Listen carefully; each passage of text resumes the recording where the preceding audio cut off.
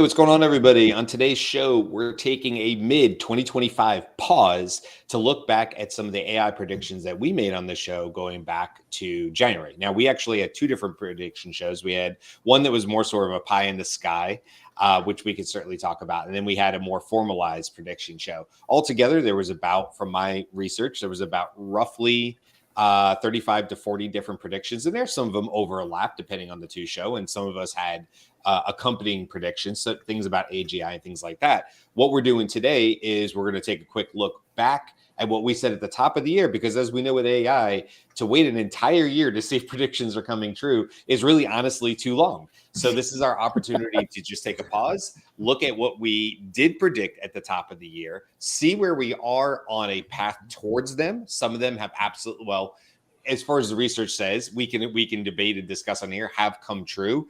Some of them are maybe not as aligned. I know I had a prediction in there that was probably more in jest about more AI massages and robots and massage. And it was funny to see Gemini and Perplexity take a swing at that one. So that was fun. But we're going to get into all of that today. In fact, honestly, there's too much to get into today. So I think this is a great opportunity to let you guys know that you can always go and sign up for our free Slack community by going to the Daily AI Show community.com. And the reason I mentioned that at the top of the show is because that's where we will go ahead and post all of our predictions for everybody to see, as well as some great Gemini and Perplexity research that I personally did, but I'm sure others from the crew are on there as well. So with all that said, welcome. Today is July 7th, 2025. So we're almost at the halfway mark, a little past it. And this is the Daily AI Show. And today I am joined by Beth, Jimmy, Andy, and I'm Brian. I don't think Carl's going to make it today, so it'll probably just be the four of us, but that's okay. We can talk about some of Carl's predictions as well as some of ours. I'm not sure if we have any Aaron predictions in there, but we'll have to take a look. So guys, there's I shared a document with you guys, and there's a lot in there. And so the first thing I did was, I love Perplexity. I love Perplexity's deep research.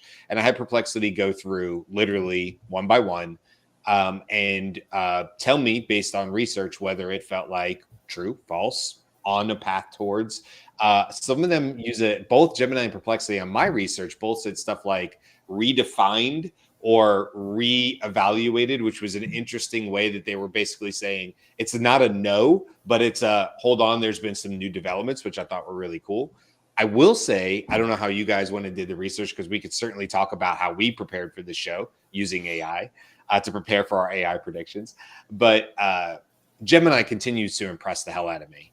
The deep research on Gemini, when you put it on 2.5 Pro and then you hit deep research on it, it's just at a different level. Some might say that they feel like there's like just volume in there.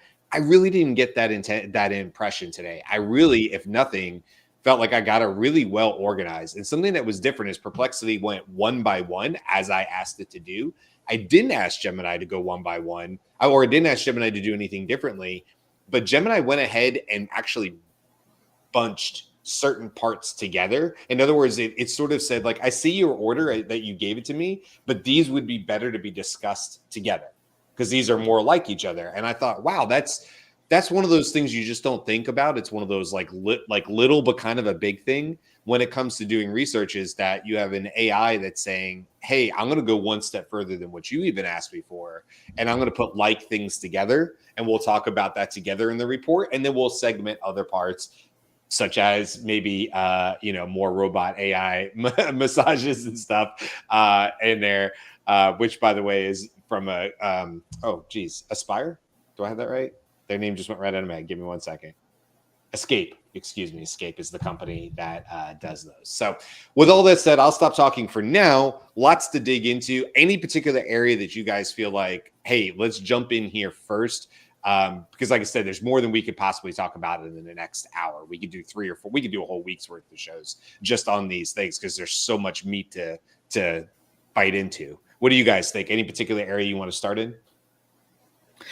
Well, I feel like we need to address the chat just slightly, and that, yes, this is actual Junmi and not an avatar of a freshly shaved Junmi.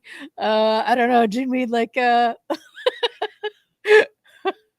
Oh, you're muted. You're on mute, bud. Ooh, there was a glitch, Jimmy. Yep. Yep. No. Sorry. Yes, I am real Junmi. I am completely human. Hello. Nope. You just get one of those inklings to have a fresh start. So we'll see. We'll see how this goes. Yeah, looks good, man. Looks good. I love that Jen called out also Brian's butt gate. I really had to think about what that meant. But now I do remember talking about how escape works its way down your back and gets those glutes well involved. And I was talking about how, just for the reference on that, because I had to think about it, Jen. Thank you for bringing that up. My reference point was, hey, when it's a robot, it can stay there as long as it likes, man. It's a big old muscle. It needs some love. It can stay down in the glutes as long as it likes. And I was saying that as if it was a human massage therapist, it might make me more anxious or get in my own head about it, despite them being a professional. And I was saying that I appreciated that as a robot. I wasn't too concerned with how long it lingered in any particular area or muscle grip. So yes, okay. Enough of we won't have to talk anymore about AI robots. That's really such a small part of it. But what do you guys think? I don't know, Andy, you're kind of leaning in. I feel like I want to go to you, Andy. What you usually have some ideas here, and I'm curious to hear where you think we should dive in first. Well, I'm going to start at the sort of the top level prediction that I made, because it's the year of the agents, and I think that's coming true. And what my prediction was partly correct and wrong in a big way. So my prediction was that 2025 will see mixture of agent services, and I focused on this idea of there being mixture of agents, just like we have mixture of experts models in LLM architecture. I said there's going to be mixtures of agents, and Crew AI and Lindy are indeed that, but they already were around, so it's not like there was some new emergence of that. There are a number of agents, and the one that I use, GenSpark, probably now to the exclusion of all the others, is definitely a mixture of agents architecture. But simultaneously, there's been a lot of blowback on the inability of the mixture of agents architecture to manage context passage from one agent to the next. And Devin, one of the original coding agents, and the most progressive of them, if you think back to the incredible flurry of attention that Devin got, is from a company called Cognition Labs. They've basically said mixture of agents doesn't work. We need, and Devin is architected to use a single LLM as the orchestrator of all of its internal agentic processes. And so that's the part that I didn't get quite right. But overall, I would say that, architecturally in the world of AI, agents are really the thing in 2025. So at that sort of generic top level prediction that this is going to be the year of agents, we were on track. I would say both Perplexity and Gemini agree with you on that one. So Perplexity says, yep, partially true, strong evidence of progress. It gave some stats. We could talk about Gemini's as well. It says, according to Deloitte's research, 25% of companies using generative AI will launch agentic AI pilots or proofs of concept in 2025, growing to 50% in 2027. The autonomous AI agents market is projected to reach 7.63 billion in 2025, up from just 5.4 billion in 2022. And then it goes on to talk about Microsoft. And then Gemini, again, doing a wonderful job of like Perplexity answered the question. Gemini was like, I see your Perplexity and I will take it to the next level, but I will give you just some of this. It says the market has enthusiastically embraced this paradigm, with tech headlines widely declaring 2025 the year of the AI agent, kind of in like what you just said, Andy. This momentum is underpinned by significant financial investment. The global AI market, valued at 5.1 in 21, is projected to surge to 47 billion by 2030, reflecting compound annual growth rate, or CAGR, of 44%. And then it goes on to talk about more about why that is. It brings up Crew AI, which you just brought up. It talks about AWS as well as some others in there like Microsoft. So I guess, Andy, what you're saying is yes, on track, but maybe not. I don't want to put words in your mouth. Are you saying, but like maybe and by the way, this is a halfway mark, not all of 2025. So if we're on track, do you feel like your prediction probably by the end of this year will hold? Yes, with the proviso that I think there is going to be a mixture of different architectures when it comes to agent deployments. And one of them will be this sort of individual agent with very large context and management and orchestration of all of the different subtasks that it is generating. And then there will be these others that are architected differently where they delegate to sub agents, and those agents go off and do their thing. My prediction was that it was going to be all this mixture of agents approach. And so with that correction, I think we're right. You're muted, Beth. We're still seeing that that there are some assumptions that Claude is itself a mixture of agent thing, right? And that 03 or 4.1, like I think maybe the mixture of agents is under the hood in some ways that I think you were also getting at, and that we just aren't going to know because those are part of what the individual companies are putting out as a single model number. Like we don't know what's happening underneath. Yeah, which I think the user perspective point to make there is that agents, your interface with agents won't care whether it's one or the other. Right. You're going to express your task objectives, and it's going to go about, iteratively arriving at all of the necessary conclusions that can then be assembled into the final response. Yeah. Ethan Malik just had a post about agents in a paper that he posted about. So timely, go Andy. And I will say, one of the predictions that follows this, I must have been talking about it right after you, Andy, on the original show, was just talking about how it'll bring more agent-like workflows, but they will remain closer to smart workflows rather than full autonomy, like integrating OpenAI Perplexity. And I also talked about there being more walled gardens around these agent workflows to keep users inside the ecosystems. And what Gemini pointed out was like deep research happened in 2025 as far as how we see it. Operator, what Perplexity is obviously doing and what they're saying is going to come. I think it's Cosmos. Their new. We haven't seen it yet. Comet. Thank you. It's all in the stars. Gemini, Alpha, Tauri, whatever. It's all up there. So I think that one I do feel like it's sort of an in progress, but also true. We're hearing more and more about OpenAI might be building a competitor to a Microsoft 365 or Google Workspace. That makes 100% sense to me. So total sense, I guess, would be the way to say that. So I definitely think, while that's not a like swing for the stars type of prediction, we are definitely seeing that. And I think if I remember right, I was saying their user are going to see workflows that handles more steps autonomously while keeping a human in the loop, reducing manual intervention, but not handling money transactions or complex personal tasks yet. I think that's about where I think we are in 2025. We are definitely seeing more and more. Andy, you just pointed out and sort of alluded to things like the MCP and A2A, which are playing a huge role in agents that are more or less operator agents that can now talk to thousands, if not millions, of perhaps someday billions or trillions of other highly specialized agents. And this will all orchestrate in a way that's essentially seamless to the human. And then as that gets more and more reliable, there's less and less reason for a human to be at so many roadblocks or stops along the way, or checkpoints, I guess would be a way to say it. And so we're seeing that. But I think today, like I get annoyed with every example is like, what if you wanted to go to a play? Let's have it, book you a thing for a play or thing. And I'm like, how many people are going to plays? Like my budget will get me to a play or God forbid a music concert, or that's not a local band, or a ball game.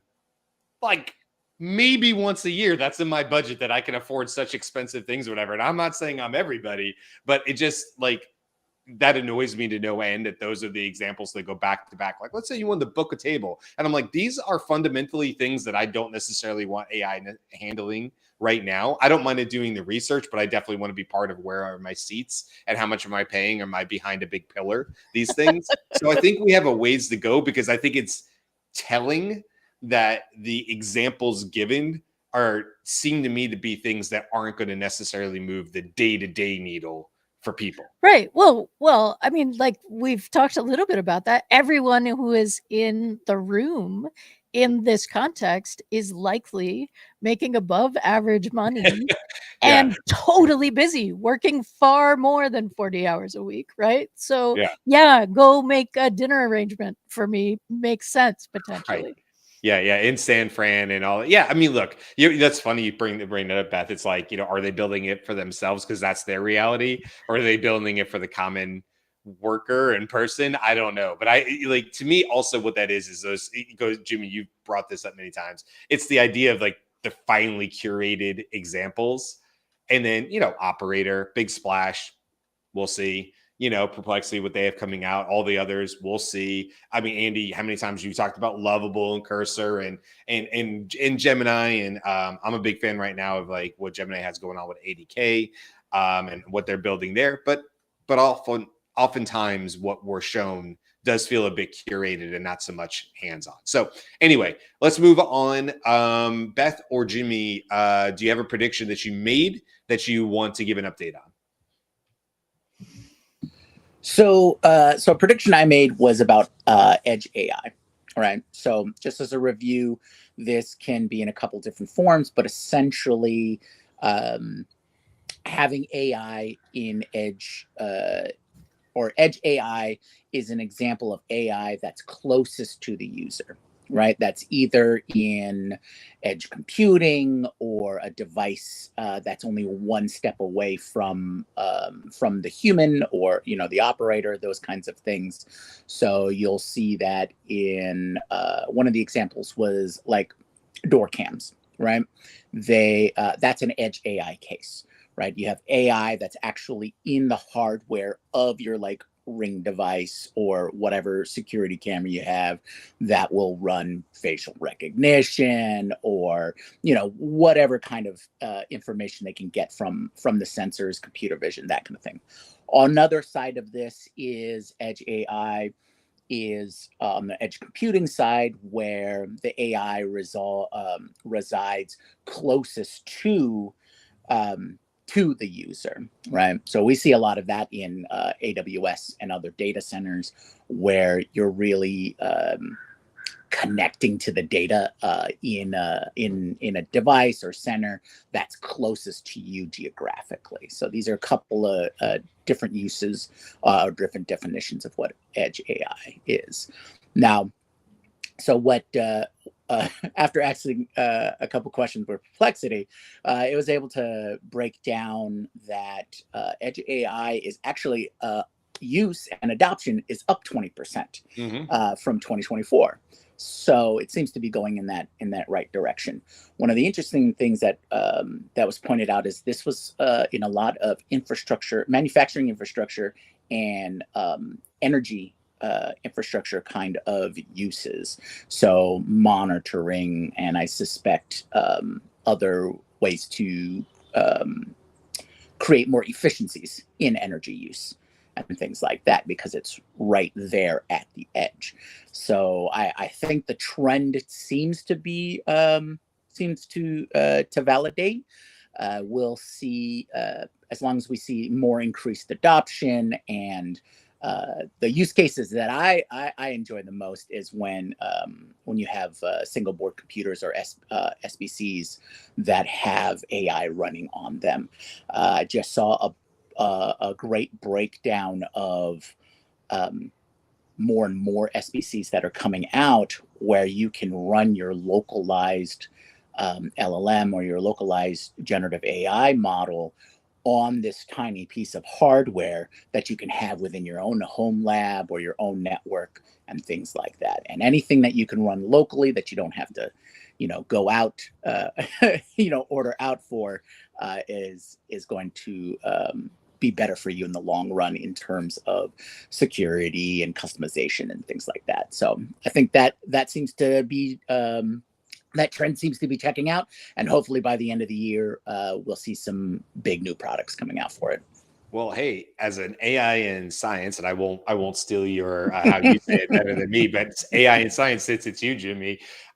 Gemini brought up a pretty cool point to this. They said this is really a two-pronged thing. First, by decentralizing intelligence and pushing processing to the edge, as you were talking, for real-time applications. And second, something I wouldn't have thought of, but we have definitely talked about, reimagining the core architecture of the chip itself, embracing specialized processors and the transformative potential of light-based data. So that's something that the Israeli chip startup Halo has emerged in that space. Is significant development. HP announced it will use Halo's Halo 10H accelerator chip in the new M.2 card set to launch in August of 2025. This card is designed to bring powerful, low-power AI processing to a range of commercial devices, including point-of-sale systems and workstations for applications like theft prevention and so on and so forth. It talks about Raspberry Pi and Dell. You talked about NVIDIA. It talks about how they're a huge part of this and what they're doing. So, yeah, like it's converging, right? Not only is it what you're saying, and Perplexity said the same to me, which is absolutely there is growth in this area. But one of the things I wouldn't necessarily thought about was the hardware side. I would have been thinking more the models are getting smaller, faster, easier. And of course, that means if they are getting, whatever, if they're able to be on a Raspberry Pi, well, of course, that has huge implications. But I wouldn't have thought about the huge advancements in things like, light data transfer and things like that are fundamentally new or different as far as I know, and how that may actually end up being a huge proponent because of the low power side of it, which means that things can run on batteries, or they don't necessarily have to be plugged into the wall, and they can be rugged, so it can be just dumped anywhere. So you could have edge AI cases. I mean, like you said, that chip that's coming out is in the M.2 form factor, which is a standard port that you see on pretty much everything. So I imagine. So there's not to diverge too much, but there's a lot of emergency or disaster relief kind of projects out there, and one of them is like water reclamation or treatment that can fit in or even generation that can fit in a standard 40 foot Connex container. And part of that is you can have now edge AI popped into one of those containers and dumped anywhere in the world in like 24 hours. And then it can start producing water for the region and everybody in there. So those kinds of things is what I'm imagining we're going to see a lot more of. And not to bring it down and we can move on, but like national tragedies like we just had here in the States and Texas with the severe flooding, who knows what this will be when National Weather Service or other organizations have data that suggests a historic flood like this might happen. But because they're able to deploy things that can run on battery power, solar power, whatever, they can deploy them very quickly out into the wilderness. But you're still having this whole grid of superpowered AI that currently we can only really think about being tethered to an Ethernet or a strong cable or our home computers at the very least. So that gets really, really exciting when, like you just said, like they're rugged. They can be put out into the environment and probably deployed really quickly with drones and things like that. I mean, I don't know if it's good or bad, but imagine a swarm of drones all having that kind of AI capability. There's a lot of up and downside to that, but you can see how it could potentially impact things like the tragedy that happened in Texas. Let me add one quick point of affirmation on Junmi's prediction there. Just 2 weeks ago, in our news show on Wednesday, I spoke about Google DeepMind releasing their new language model called Gemini Robotics on Device, which is specifically an AI that runs on robots without requiring an internet connection, which takes it another step beyond, right? So this is edge AI that doesn't even have to rely in any way on interconnectivity with anything else. It can run on the robot locally, and DeepMind is advancing that edge computing capability specifically for robotics. It's very cool. You're muted again, Beth. It's Monday. It's not profanity if it doesn't make it in the transcript, right? Please don't demonetize us.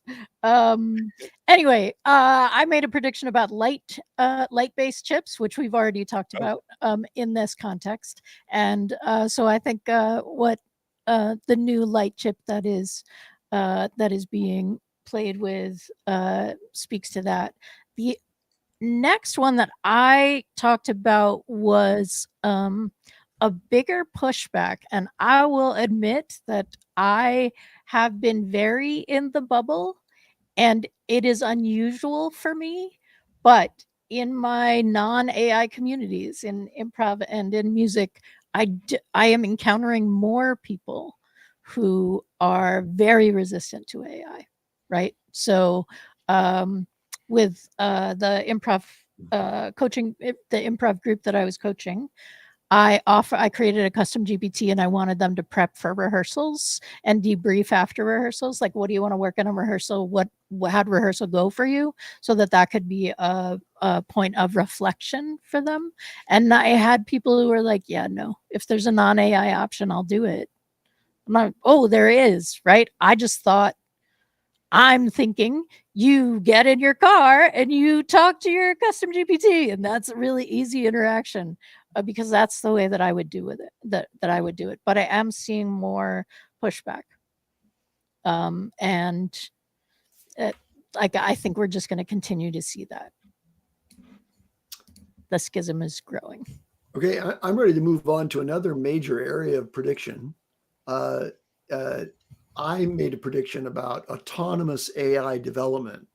And indeed, and what I mean by that is really AI doing self-directed self-improvement, like the Prometheus example that we talked about years ago, where Prometheus, a very advanced superintelligence, keeps recoding itself to be more and more intelligent. Well, in fact, this year, there are a number of research projects that have shown that this is going beyond incremental code generation to fundamental architectural and algorithmic self-modification by the AI. So this is fixing yourself as an AI. So Sakana's AI Darwin Gödel machine, which was just announced in May, demonstrates AI that improves itself by rewriting its own code. Meta has self-rewarding language models that show self-improvement without human supervision. And DeepMind's Alpha Evolve, also in May of 2025, just a few weeks ago, evolutionary coding agent that enhances LLM capabilities and discovers new algorithms. And there are a number of other research papers. So this is a major component of what we see as the approach to artificial general intelligence. One of them is reasoning plus agentic action, combined now with ability to autonomously improve its own capabilities. And that's where we get to the super intelligence part, where the flywheel of improvement is all self-generated by the artificial intelligence, and it way surpasses human intelligence. Okay, so this relates to my prediction that we will hear more about super intelligence. And yes, confusion over AGI and ASI definitions will increase in 2025. And woohoo! We just skip right over AGI. Didn't define it, not gonna. What do you, I don't know. I want to follow up on that though, Beth, because that was three different, we must have talked, like either Carl brought up AGI, then somebody else did it. And then I saw your prediction there. Beth's prediction is that there's just going to be more confusion, like what you just said, which made me laugh because I was like, yeah, I remember Beth saying that. But like, we've talked about this a lot. We don't have to go into a lot of it, but I'm just curious, Beth, like, do you think it's going to be any clearer in terms of AGI for the rest of 2025? Or is it really just shrug your shoulders, agree that AGI has probably happened in small pockets and small windows, and we may or may not realize that it's happening at the time. It may be happening currently, and we just don't necessarily have the definitions to agree upon what is actually there? Or is it 2025 is just the year where AGI is thrown to the side quickly and everybody wants to talk about artificial superintelligence as if AGI was not a stepping stone in that move? I think the main problem with AGI is that it was supposed to be something that, what by definition is agreed upon, that that it's above, it can do more than general humans doing things across the board. And that is just on its face something that no one is going to agree on. Right? Like, we don't agree on we don't agree on anything. We don't agree on what humans can do, right? Like, that's just not a point of agreement, right? Like AGI, if it gets above 85% on these 7 tests, right? Or like the Turing test. And in fact, all of those tests have started to fall, right? When you have some sort of agreement on the specifics, those things are starting to fall. And I think we're just influenced by the fact that OpenAI is the most recognizable AI company, and they have the most, like AGI means the most to them in terms of their structure and what happens. And it benefits, I think, everyone there for AGI to just not be achieved. Right? I mean, everybody's pushing for AGI. Like, that's the mission. And the mission of AGI has means some things to the people who are doing the research, right? AGI will mean that potentially potentially we could go to a 20-hour work week because things can be done outside of you, right? AGI means that everybody has access to creating their own research about renewable resources, or like whatever those specific things mean. But I don't think that OpenAI is going to reach the AGI point until that's no longer something that impacts what Microsoft gets and how their business can continue. And I also in no way see part of the other first part of that agreement was that if OpenAI sees another lab getting closer, they stop their research and go help. Like, none of what I'm seeing looks like anybody thinks they're walking down that path. No. Right? No, I was just about to say, I was like, do we see any evidence of that? But you're right. That was some of their core tenets. Forbes, and this is coming out of the Perplexity research, on your point, noted in 2025 that Altman has been, quote, moving the cheese when it comes to AGI definitions, suggesting strategic repositioning of goalposts. This definition confusion is exactly what Beth predicted. So Perplexity is like, yep, Beth nailed this one. And I agree with you. I think it's going to continue. Now, Beth, you and Carl, who's not here, but maybe you can talk to your part of this. One area that came up in several different predictions was healthcare. And so one of the predictions, and now I may have perhaps lost it as I was talking, but I think Carl's was larger, and it may still happen, by the way. We're only halfway through the year, but Carl had made a prediction, and this could have been a pie in the sky one from one of the two shows, that AI will help cure a major disease within 2025. And honestly, what Perplexity and both Google said is like, no, but also huge improvements in that direction. Beth, and I scrolled, unfortunately, because I was answering the AGI part of it, but you had said something about it will have more of a nuance. It will have a major impact in, I think, maybe like disease prevention, or perhaps you were talking about your experience with Alzheimer's. I'm not sure, but what I read at least was that Perplexity was like 100%, just like with Carl's answer. We are definitely moving in that direction. Where do you feel like at this midway part we are towards your particular part of that prediction? So what I have as like my wording around the prediction is that people will begin to insist on AI in the loop for areas like healthcare and finance. Like, are you making use of AI to stay updated and those sorts of things? What I will say is that I haven't seen the big announcements like AI cured blah blah blah blah blah, right? And in fact, the thumbnail for this was AI cures cancer, right? Because that's the big one, and those kinds of things. But we are seeing more and more stories of people on the edges of medical situations, like sharing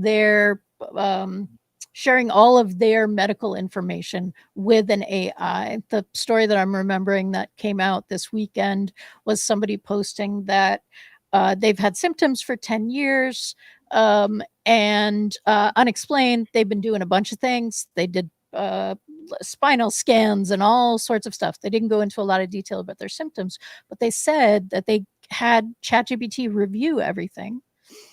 And ChatGPT came back with that the recommendation that they do a genetic test for a particular mutation on a particular gene, because everything pointed to that, with the exception of normal B12 levels in their blood.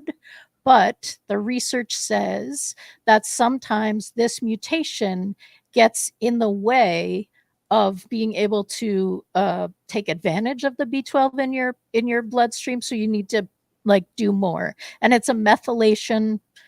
Is that it? Myelination, not methylation. Like the mutation affects that. And they checked it out with their doctor. They did the genetic test. They do have the mutation. The mutation doesn't always create symptoms. But the upshot is whatever that recommendation is for that mutation has changed their physical experience, and they are improving after having these symptoms for 10 years. That kind of stuff, I think, is where we're going to see a bunch of things that start to really change the experiences of people. And again, like, I think everybody go and digitize your stuff, right? Like have your own digital passport for your medical records. And the person who posted this, it went viral. They're like, hey, just want to really emphasize that I did go back to my primary provider. Don't take medical advice from your stuff. But well, listen, it does, it's funny, like you're talking about like major impacts on people's lives. And I agree with you. God knows I dealt with so many people who had like Crohn's disease and stuff when I was a firefighter EMT, and just simple things like high flow O2 and different things like that can make a huge difference. But yeah, wow, I think you're right that you're going to start seeing people who are more in the public. We'll hear more and more stories of people saying, because of this AI intervention, I'm now able to live a more, we will put in quotes, normal life. That's depends on the person and what normal is for them and all that. But whatever that might be for them or changes for them. But also it's the little things too. Like it's a thousand tiny things. My poor daughter literally just got off crutches after being in a jet ski accident where she got roughed up by coral on the bottom of her feet, tore up the bottom of her feet. She's healed from that. Poor girl's going to like trying to do cross country as a freshman in high school, and just got back to a point where she could run. And lo and behold, last week she's at the beach on 4th of July actually, and she was trying out skimboarding. Did it, fell the second time, was with my brother and his family, and fractured her foot. She's back on crutches. She's back in a boot. Now, I say that to bring in the AI side of this, which is I was away from my daughter. My wife and I were in Savannah, right in the car that you guys saw me on 4th of July. We were heading to Savannah. My daughter had been with my brother the whole week and stuff like that. So I'm not with her. Parents aren't with her. They're trying to do their best, my brother and his wife, and they're taking care of her and stuff like that. Sophia's saying she heard a pop when she fell. Do you do urgent care? All these things. And one of the areas that I definitely leaned towards was ChatGPT with a picture of my daughter's foot, because we were trying to determine whether there had been discoloration in particular areas of her foot that might be more indicative of certain pops or ligament tears. Or I was trying to go down that road as my old EMT brain was going in that route of assessing from afar. And I was thinking to myself, I wouldn't have had any of this. I would even 2 years ago. This was a simple thing that I could do in the car. It was text message, send me a picture, Sophia, tell me what happened, re-put it back into ChatGPT with the image, back and forth conversation about where we thought the next best move should be from her. So yes, I Beth, you're 100% right. And we see a lot of like advancements that I do think I'm definitely in the camp of we're going to cure major diseases. We're going to cure a lot of different types of cancers. We're going to do great things with AI. I believe that with all my heart. But also, it's easy to forget how AI is actually impacting people who are just away from their kid when they perhaps fracture their foot, and these things happen millions of times, and that we can now use AI as a part of that tool. And to your point, we still took her to urgent care. That's how she ended up in the boot. But it gave us like your old school WebMD, but at a higher level, to say, well, where should we, and what am I not thinking about here, and all those. So anyway, just wanted to bring in my sort of family story of how that's making an impact, even though it's not exactly how you and Carl were talking about it, which is more, I think, longer disease, long-term care, healthcare issues, those kind of things. Right. And at the bottom, like at the genesis of all of it is, can this help people feel well and live longer? Right. Like that's the whole point. Yeah.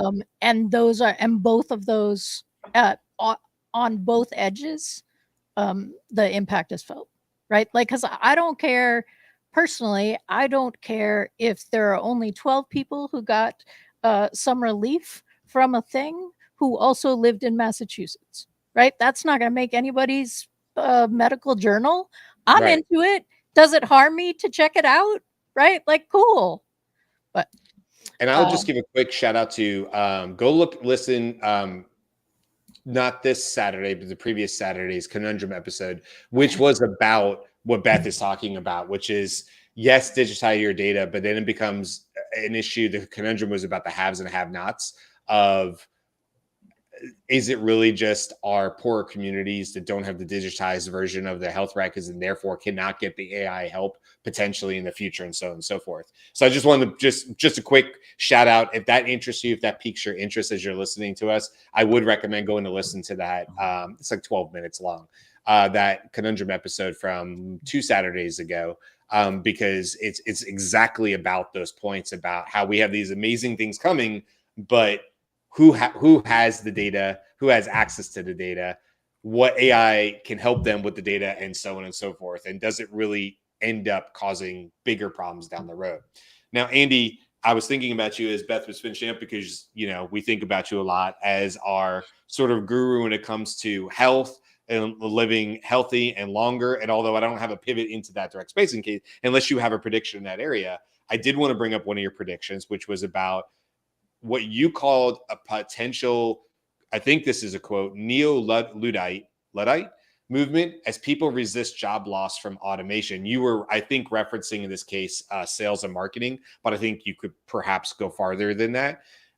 With that in mind, as AI is taking more repetitive, high effort tasks performed by like humans, as we sit in the midpoint of 2025, what are you seeing? Do you feel like, can you maybe further describe the neo-Luddite part of it, and what you were maybe thinking there? And do you feel like we're still on that path, or what's your sort of evaluation at the midpoint?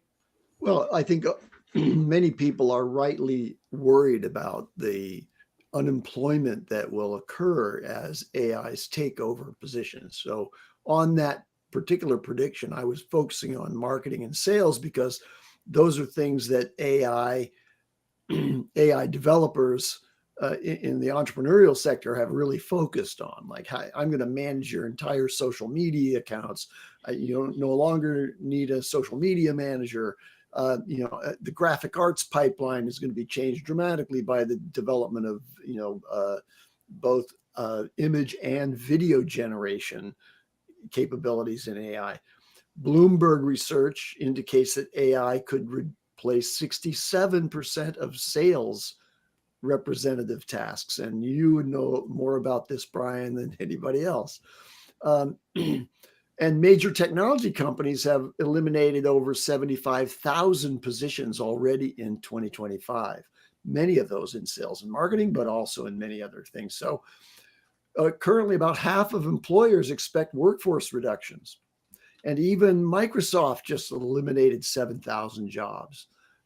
So this is all really happening simultaneously with those eliminations. You're removing the entry-level positions that are the on-ramp, the ladder by which people learn their skills in enterprise or in any workplace. And all of that is, quite frightening, when you think about, how do you repurpose the humans who have been extracted from their gainful employment, and where do they go next? So, yeah, that is creating greater and greater pushback and serious and justifiable concern among people. And that's what I meant by Luddite. Like the Luddites were this sect of people who wouldn't use any technology at all. Gotcha. Back when, steam engines and electricity came along, and they just, kind of retreated. Think of it sort of like the Amish, right? Who, no longer are so completely divorced from technology, but, their original premise was that, the agricultural, bucolic life is the right one for humans, and in their approach. Luddites, by example, are also ones that pushed back against the encroachment of technology. And this technology has not only an encroachment on the way that we live our lives, but also fundamentally threatens the basic underpinnings of our economies for human workers. So yeah, that's all real. Yeah, I mean, look, I'm obviously seeing it in sales. I deal with it all the time now. From my perspective, what I deal with just briefly is, like, for instance, how can I say this? Okay, this week I have I'm kicking off a major training with a major, we'll just say, sports teams franchise in the United States. We'll leave it at that. And but the training will be in Perplexity specifically, and I'll be working with all parts of their sales teams and their sales reps on how to effectively use Perplexity and research and things that they need to do or whatever. So in that case, it's much more of a, hey, we have this new tool, we're implementing it, and we need help making sure that our team knows how to use these tools to the best of their ability. But I definitely think to what you're talking about too, Andy, is what I've also seen is almost like this aggressive, mean, knee-jerk reaction to sometimes some of this AI, even if it's well-intended. I think we saw this with Duolingo. I think we've seen this with a couple other popular brands who have come out and publicly said they're going to do this or that with AI, despite their intentions, whether we could decide if they're good or not. I feel like people are very, very fast to jump on, and almost like a doxing type situation where the wrong people are being, brought into it. It's kind of scary, to be honest with you. I don't know that it'd be the neo-Luddite, because based on what you explained, it's not that they're pushing back against technology. What I'm seeing is that people love to jump on that bandwagon if they feel like a company, a person, Timberland, the producer, there was pushback on what he was doing with Suno and AI and things like that, and how people like to pile on that. And I'm seeing it in the entertainment industry. Jimmy, you could talk more to that. I see it a lot with the movies. Obviously, that was one of the earlier indicators of that is, hold on, are we going to push back against AI being part of this movie? And the reality is it's already there, guys. It's already being used in all different parts, just like CGI was 20, 30 years ago. Mm-hmm. So that part I'm definitely seeing. And that part I would say, compared to maybe the beginning of the year, concerns me more than I probably would have brought up in January, which is that, man, even if you're trying to do the right thing, even if it's you trying to give AI tools to your employees, not to reduce employment, but to help them and produce productivity and things like that. A wind going in the wrong direction has got to be really scary for people who are sitting at the top of some of these companies, such as the Duolingos. And I'm not here to vouch for any of them or anything like that, but wow, must that be concerning from a marketing and executive level of the damage that could potentially do if people decide that they think you're using AI in the wrong way or to reduce jobs or eliminate jobs. It's pretty scary stuff. But we haven't seen really any movement toward using AI in a way that intentionally, part of its branding is that it doesn't eliminate jobs, right? Like, people are piling on because people feel like we're excited about something that might lead to giant amounts of unemployment, right? That's a valid pile on. Like, I hear you. And my answer to that, when people engage with me about it, is that I see that too. And my way of engaging in an environment that frightens me is to go toward it and learn more about it. And when I learn more about it, and I can now see some things that I think are coming, I do my damnedest to spread that message as wide as possible and help people prepare, build resilience, ruggedize their careers. That's why I'm doing this. But I recognize the validity of this frightens me, and so I don't want anything to do with it. Mm-hmm. Excellent. That's a personal choice. I will say that isn't going to change whether it's going to happen. No. Yeah, I agree with that. This isn't a head in the sand. You don't have to use it. Do it. You could put your head in the sand, but it doesn't. Yeah, I agree with you. It does not change the fact that this is perhaps the largest technological revolution ever. It will surpass industrial. It will surpass internet. It will surpass, when it, 20 years from now, when we have the opportunity to look back with 2020 hindsight and say what really happened in the early 2020s, and how did that affect everything.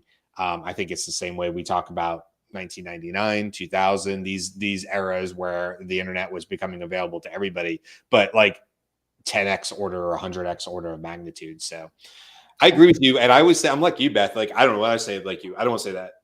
What I will say is this. I'm always aware that I might be AIing my way right out of my own job. But I'm more like you, Beth. My response to that is, you'll never catch me. You'll never catch me. I will always be on to the next thing. I will always be looking for the next thing. This show is a direct product of that, which is come hang out, come talk about these things. If you're educated about it, you'll always have the best opportunity to pivot, to move to whatever, because we don't have control over jobs getting eliminated, but you might be educated enough to know what's coming and where things are shifting and how to take your unique experience and apply that in a new area.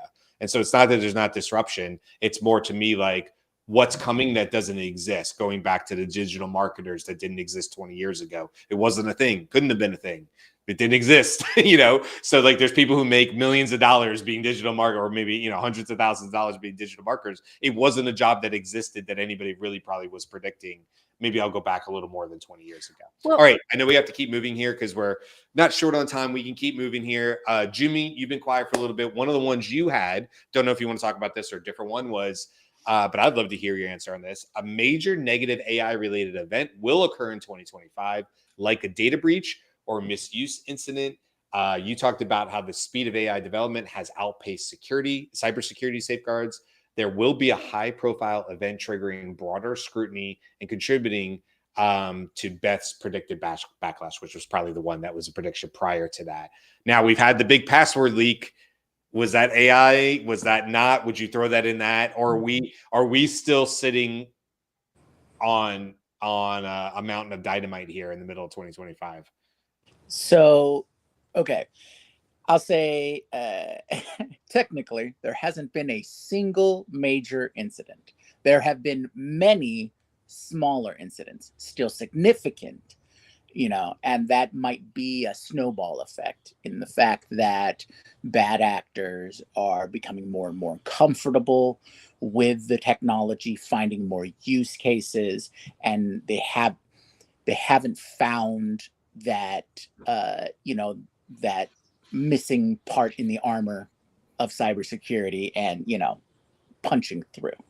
Not as of yet, or it hasn't been reported, or they were able to mitigate. Security professionals were able to mitigate the issues with it, but we have seen an increase in more and more incidents.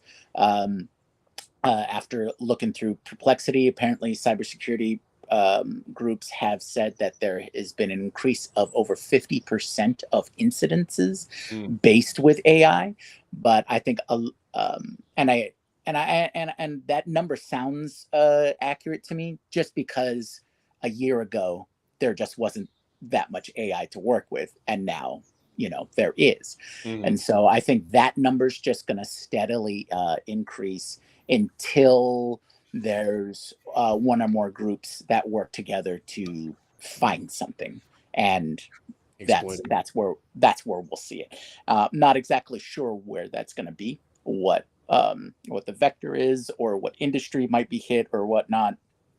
But what I'm hoping is there has been a lot of attention in the space, so we're seeing more and more answers to cybersecurity threats by AI. Now, is that sort of going to be pushing us into a more security state? I'm not exactly sure. Well, I'm seeing evidence of that with more monitoring and things like that. So to protect ourselves, we may overcorrect and have to deal with the ramifications of that path as well. But this is one prediction I'm hoping I get completely wrong. Right. I just don't want it to happen. I know we have half a year left. I don't want something coming in on winter. Heaven forbid there's like an electrical grid issue or anything like that. So yeah, you're not taking a victory lap if it comes true, right? Yeah, right.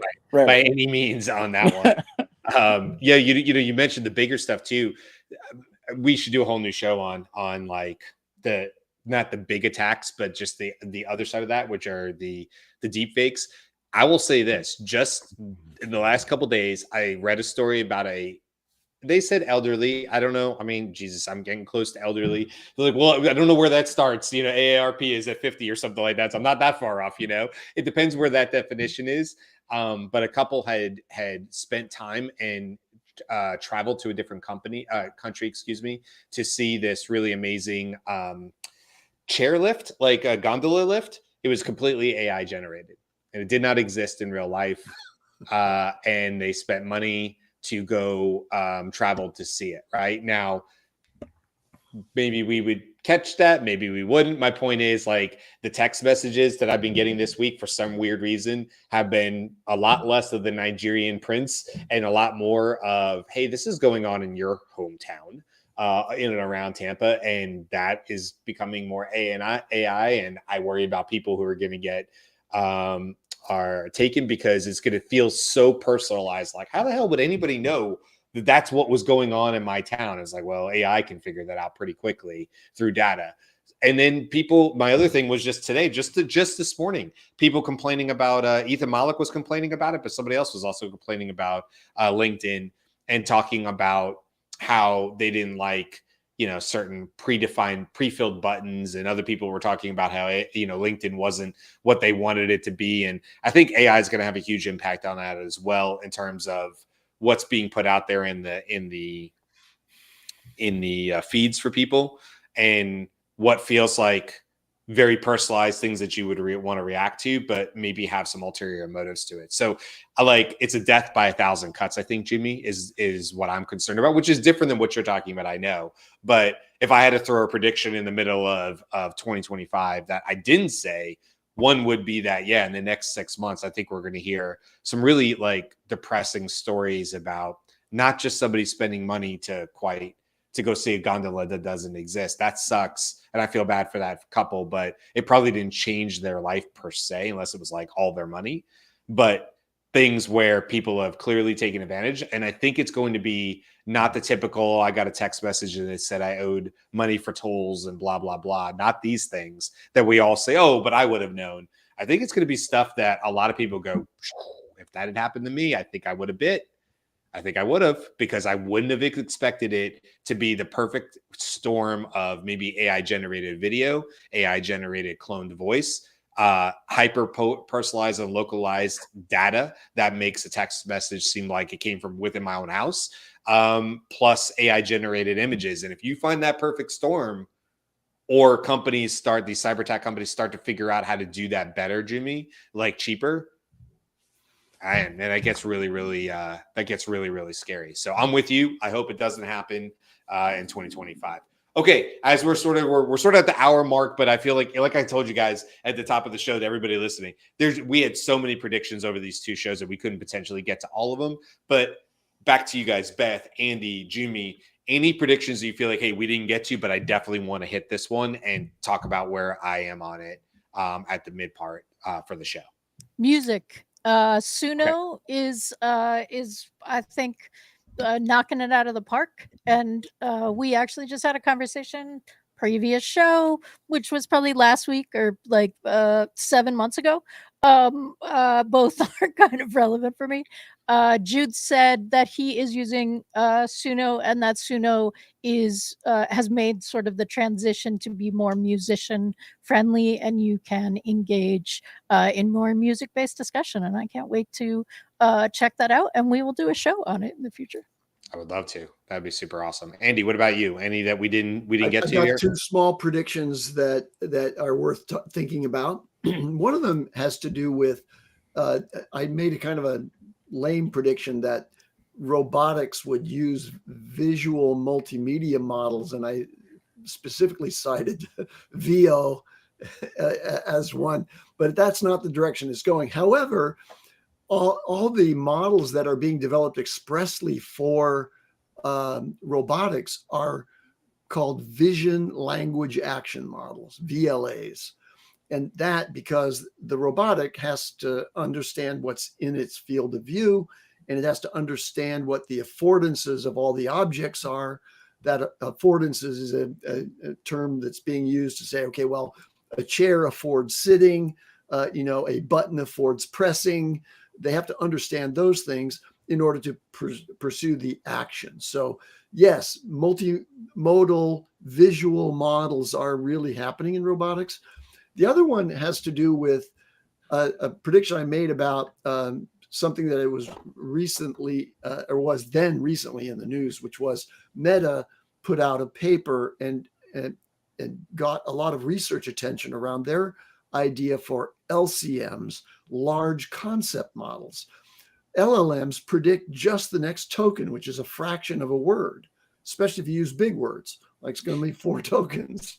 And each of those sub words are predicted one at a time serially by models. There are ways to use diffusion models to do prediction of words in a different way, and that's being explored as well. But this concept model, large concept model, has gotten industry recognition that concept level understanding is a significant advancement against LLMs that are based on just single token prediction. And so it is happening. They show improved efficiency and reasoning capabilities. And so while it's not like a big thing in 2025 yet, I think you're going to see the emergence of large concept models. Meta published the first sort of demonstration of that, but there will be many other companies that are going to go beyond single token prediction. And that's going to be a major trend in 2025 yet. 100% agree. Okay, well, what we didn't get to, and we just don't have time for, is we talked about embodied AI. But if anybody saw online the videos of the robots with the cowboy hat running around Austin, Texas, and shaking hands with, oh no, oh, I can't believe we got kicked out at the very end there. Let's bring it back. Got kicked out at the very end. Was it me that got kicked out, or was it you guys that got kicked out? Anyway, it doesn't Who matter. knows? Who knows? We all got Since we kicked out. went over an hour, I think it's the AI getting mad at us. This is a streaming platform. It is designed more for like the multi-hour streamers. We're Yeah, just you're right. It pushing shouldn't it have out. done that. Yeah. Um, Anyway, we didn't get to embodied AI, but we will certainly touch on robots and all that because it's one of those things you have to talk about at least quarterly. Otherwise, you're behind on it. So we will certainly have more shows coming up on that. Like I said, I will at some point put the whole prediction list inside the Slack channel so you can kind of see all the different things we talked about. And you can decide for yourself whether you think we made it there or not. I can also share both the Perplexity and the Gemini results if you care to dive in and delve just a little bit deeper into that information. All right, with that, we're going to wrap it up for today. Thank you for everybody who's saying they love the prediction shows and the recap shows. Like, yeah, we love these too, obviously. That's why we've gone over time with it, because we could talk forever about what's happening, what's going to happen, where we think this is going to go. This is a great time to do it. And of course, at the end of the year, we will recap again. And of course, we will always give you our big old predictions for 2026 when it gets closer to the end of the year. So that's it, guys. This is episode 501. Thank you for hanging out with us today. Don't forget, you can go over to that Slack channel I was just mentioning. That's over at the Daily AI Show community.com. If you want to find out more about the show, if you want to know about the Sci-Fi AI Show, the Conundrum Show that we do, if you want to know about the newsletter, then I suggest going over to our main website, thedailyishow.com. We always appreciate a like or subscribe if you like what we're doing. That helps us out greatly as we continue to grow the show as well as the whole Daily AI Show network. That's it for today, guys. Have a wonderful day. And with a goatee-less Jimmy, all right, take us out. Let's see if it sounds the same when you don't have the goatee. Aloha.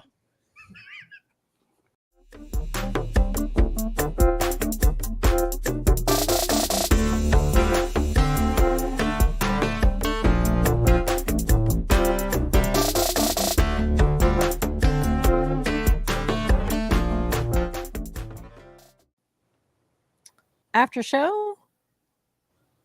Oh, we do have an after show today. All right. Thanks, everybody. welcome back. 501 giving us a little extra for y'all. All right. We're ending the show now. Thanks.